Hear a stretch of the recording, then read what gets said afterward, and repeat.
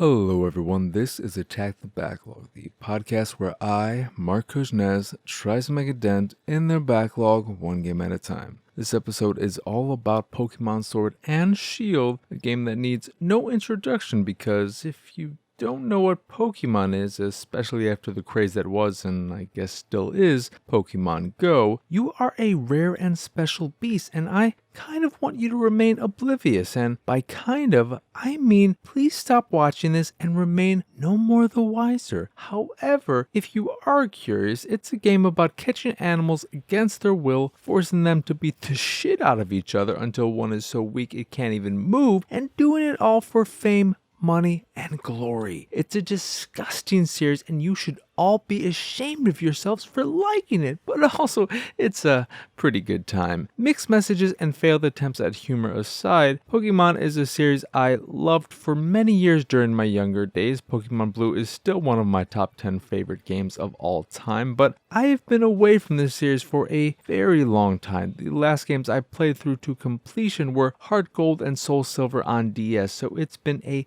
decade since I've tried to catch them all, and well, it's been a pretty bittersweet reunion. At first, I was having a good enough time with the game. The in-game characters looked alright, though your mother is way too attractive and also my type, and I was not a fan of the way the game made me feel like an anime character, like my mom and nasty shit like that, and the Pokemon themselves looked great, but when I left my house for the first time and saw the world, I was impressed by just how pretty it all looked. It may not be able to compete with other games in terms of pixel count, but the world is vibrant, colorful, and most importantly, inviting. I wanted to see more of the world and how different areas looked, and in that regard, the game didn't disappoint, but once I left my home to start my very own adventure, that's when things started to fall apart. Before I get to why Pokemon Sword didn't work for me, and believe me, no one is sadder about this than yours truly, I am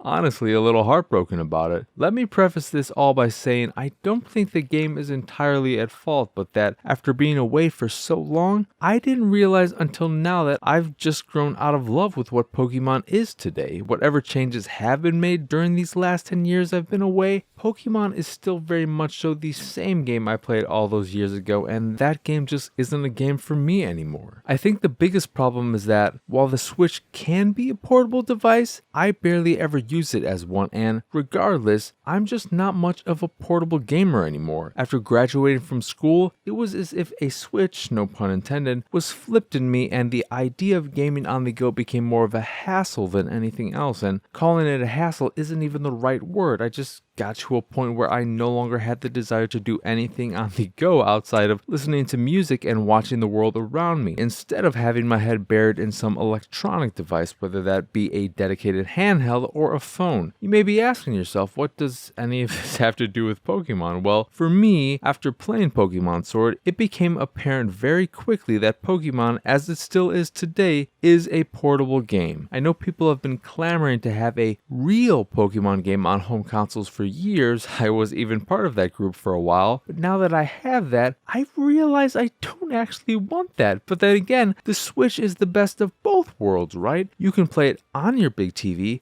or you can take it on the go. So it's a Pokemon game you can play however you want, whenever you want, wherever you want, right? That is right, but as this episode will continue to reiterate, like a Magikarp that does nothing but splash until it splashed all the splashes it could ever hope to splash, and like the last words of a breakup, it's not you being Pokemon, it's me. I am not the same person I was when I fell in love with Pokemon Blue, which I would hope is the case since that was 20 years ago, but I'm also not the same person I was when I got lost in Pokemon Soul Silver, which again was 10 years ago, and 10 years is no drop in the bucket either. A lot has happened during those 10 years, and I have grown and matured a lot since then, which isn't to say I think Pokemon is for immature people, because while I may be more mature, I'm probably more immature as well. It's just that I know what I want these days, much more so than when I was still a bright-eyed college student, and once I hit a certain age or a certain part of my life, I started to look at how I spent my time with a much more critical eye. It is time I value more than anything these days because it is a resource we can never regain. Time lost is lost forever, and because of this, I try not to waste my time as much as possible. If I'm not enjoying a game, I'm not going to give it 10 hours to get good. Hell, I'm not even going to give it 5. If I'm not enjoying the first few episodes of a TV show, I'm not going to watch another season and a half to get to the good bits. If the first 30 minutes of a movie doesn't grab me, I feel no obligation to watch any more of it. I could go on and on with examples, but I think you get the point. And I'm mentioning all of this because it soon became apparent that Pokemon is no longer a game I want to quote-unquote waste my time with. And I don't know if some of these problems are exacerbated in Pokemon Sword and Shield, or if these issues are just the way the series has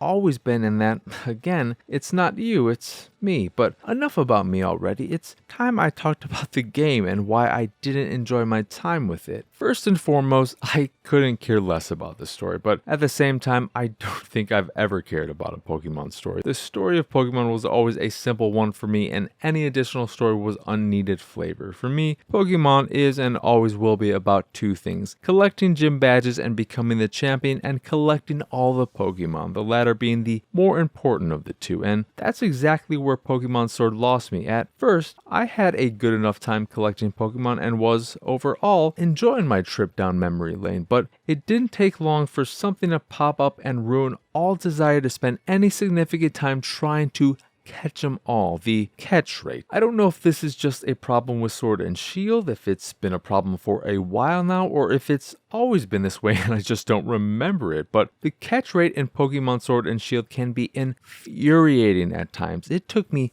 15 minutes to catch this dumb Santa Claus wannabe Pokemon after whittling down their health to almost nothing, and when I tried to catch a Wishy-Washy, which apparently is hard to find but showed up for me almost immediately, I spent well over 15 minutes trying to catch it before accidentally killing it out of frustration. These weren't isolated issues, but something that became a regular occurrence and eventually led to me losing any desire to catch them all or even catch a few of them. This was a heartbreaking moment for me. It was this moment I realized I no longer loved Pokemon. I mean, if I don't want to catch them all, why am I even playing the game? It's not for the battling, it's definitely not for the story. If I no longer care about catching Pokemon, then I no longer care about Pokemon. Full stop. And that's exactly what happened. As soon as I realized I no longer cared about catching even one more Pokemon, the game became a slog and I dreaded the dozen plus hours I knew I had left in order to complete the game. If I wasn't playing this for Attack the Backlog, I would have quit after 5 or 6 hours with the game, but